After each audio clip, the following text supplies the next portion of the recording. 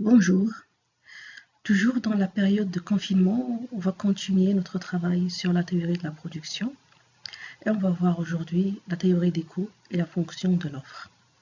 Commençons par la théorie des coûts.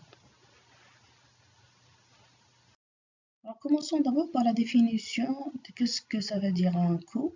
Selon le plan comptable général, alors il dit qu'il s'agit d'un ensemble de charges engagées par l'entreprise afin de réaliser une telle ou telle production.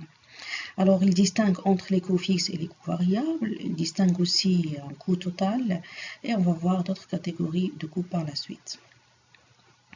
Commençons par la définition du coût total. En fait, il s'agit de la dépense totale impliquée par la fabrication d'un produit donné. Ce coût-là se compose d'un coût total fixe qui sera noté CFT et d'un coût variable qui sera noté CVT, coût variable total. Alors, les coûts fixes. Alors, ils sont des coûts dont le montant ne varie pas quel que soit le volume de production. On va dire que ces coûts fixes, ils restent fixes quelle que soit notre activité. Il se peut qu'on n'a pas produit, mais on doit s'engager dans des coûts fixes. On doit payer ces coûts fixes, quel que soit le niveau de production. Soit la production d'une unité ou bien de millions d'unités. Donc, ces coûts fixes, ils sont présents. Exemple de coûts fixes, vous savez, les coûts, par exemple, qui couvrent le paiement des intérêts, le loyer, les frais d'administration, etc., le salaire de la secrétaire, etc., etc. Alors, pour les coûts variables, on va dire que ce sont des coûts dont le montant varie avec une certaine proportionnalité avec les quantités produites. C'est-à-dire que ces coûts variables deviennent importants lorsque la production augmente et diminuent lorsque la production est réduite. Alors, parmi ces coûts-là, on distingue les coûts variables proportionnels qui varient proportionnellement avec la production, comme matières premières, l'énergie, etc. Et les coûts variables non proportionnels ou le coût direct, on va appeler aussi les coûts directs, qui obéissent à la loi des rendements décroissants. Ils sont constitués, par exemple, par les salaires des travailleurs de production qui appartiennent à un atelier ou bien à une usine, etc. Alors, on vient de voir une première classification des coûts en termes de coûts fixes variables. On va le voir par la suite, qu'on peut y dégager le coût moyen, le coût marginal, etc. Mais il y a d'autres classifications des coûts. Alors, selon les théories comptables, donc ils parlent de certains coûts qui sont explicites, de certains coûts qui sont implicites. Ils parlent d'un coût caché, ils parlent d'un coût d'opportunité, etc. Donc, il y a toute une panoplie, toute une différenciation dans les classements et la lecture des coûts. Alors, par exemple, si on prend les coûts explicites, on va dire qu'ils correspondent à des dépenses, à des charges effectives, réelles, qui se traduisent par des paiements à des tiers. Par exemple, le salaire, par exemple, les intérêts, l'acquisition des machines, etc. Ce sont des dépenses, ce sont des charges claires. Il y a aussi ce qu'on appelle les coûts implicites. Les coûts implicites, au contraire, ce sont des coûts, des facteurs qu'utilise l'entrepreneur et qui ne se comptabilisent pas. Par exemple, le propriétaire de l'entreprise non rémunéré par un salaire, parce que c'est le fondateur de l'entreprise, donc il va dire c'est pour après. Alors, le deuxième exemple, ce sont les fonds propres investis dans l'entreprise, ne donnant pas lieu à des intérêts. Donc, on ne va pas prendre le rôle de la banque, mais on va dire, on va exploiter notre argent dans notre entreprise. Donc, pourquoi on va s'engager dans des intérêts? Alors que, du point de vue contrôle de gestion, du point de vue comptabilité, on doit constater ces charges-là. Alors, un autre exemple des coûts d'opportunité, mais ça, il est très clair.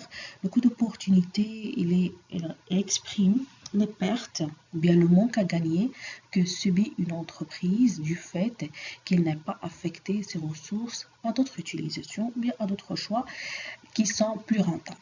Par exemple, j'ai le choix entre le projet 1, location de voiture, et le projet 2, pâtisserie. Si je choisis le projet de pâtisserie, je comptabilise toutes les charges relatives à la pâtisserie. Je dois ajouter un autre coût qui s'appelle le coût d'opportunité, c'est-à-dire ce que j'ai raté lorsque je n'ai pas fait le projet de location de voiture. Alors, il y a un autre exemple des coûts qui sont cachés. Alors, on va imaginer qu'il y a une chaîne de production. L'atelier 1, il passe les articles à l'atelier 2. On va supposer qu'il y a un retard de l'atelier 1. Donc, tout l'argent, toute la charge dégagée de ce retard-là, le coût de ce retard-là, c'est un coût caché qui échappe à la comptabilité, qui échappe à la définition. Et ainsi, donc le producteur, il sera devant cette problématique-là de comptabiliser, de relire, de vérifier l'ensemble de ces charges-là pour vérifier est-ce qu'il arrive à maîtriser ces charges ou non. Maintenant, on va dégager, on va conclure du coût total, ce qu'on appelle le coût moyen et le coût marginal. Alors pour le coût moyen, on va l'obtenir en divisant le coût total de fabrication d'un produit donné par le nombre d'unités produites. On va obtenir ce qu'on appelle le coût par unité. Alors ce coût par unité, le coût moyen total, il peut être décomposé en coût moyen fixe et coût moyen variable. Quant au coût marginal, il correspond à la variation du coût total résultant d'une variation d'une unité de la production. Alors on va noter si le coût marginal est égal à la variation du coût total sur la variation de la quantité.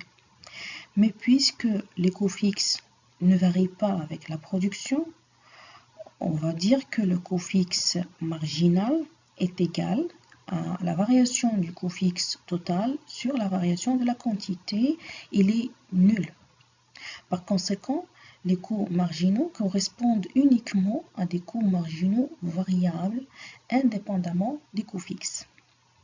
Donc, ce qui va permettre cette variabilité, en réalité, ce n'est pas le coût fixe, c'est le coût variable qui a provoqué la variabilité dans le coût total.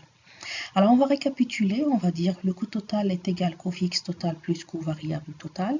Le coût moyen total, ce n'est rien que le coût fixe total plus le coût variable total divisé par la quantité, est égal aussi le coût fixe moyen plus le coût variable moyen. Le coût marginal, ce n'est rien que le coût variable, c'est la variation du coût total sur la variation de la quantité est égale à la variation du coût variable total sur la variation de la quantité.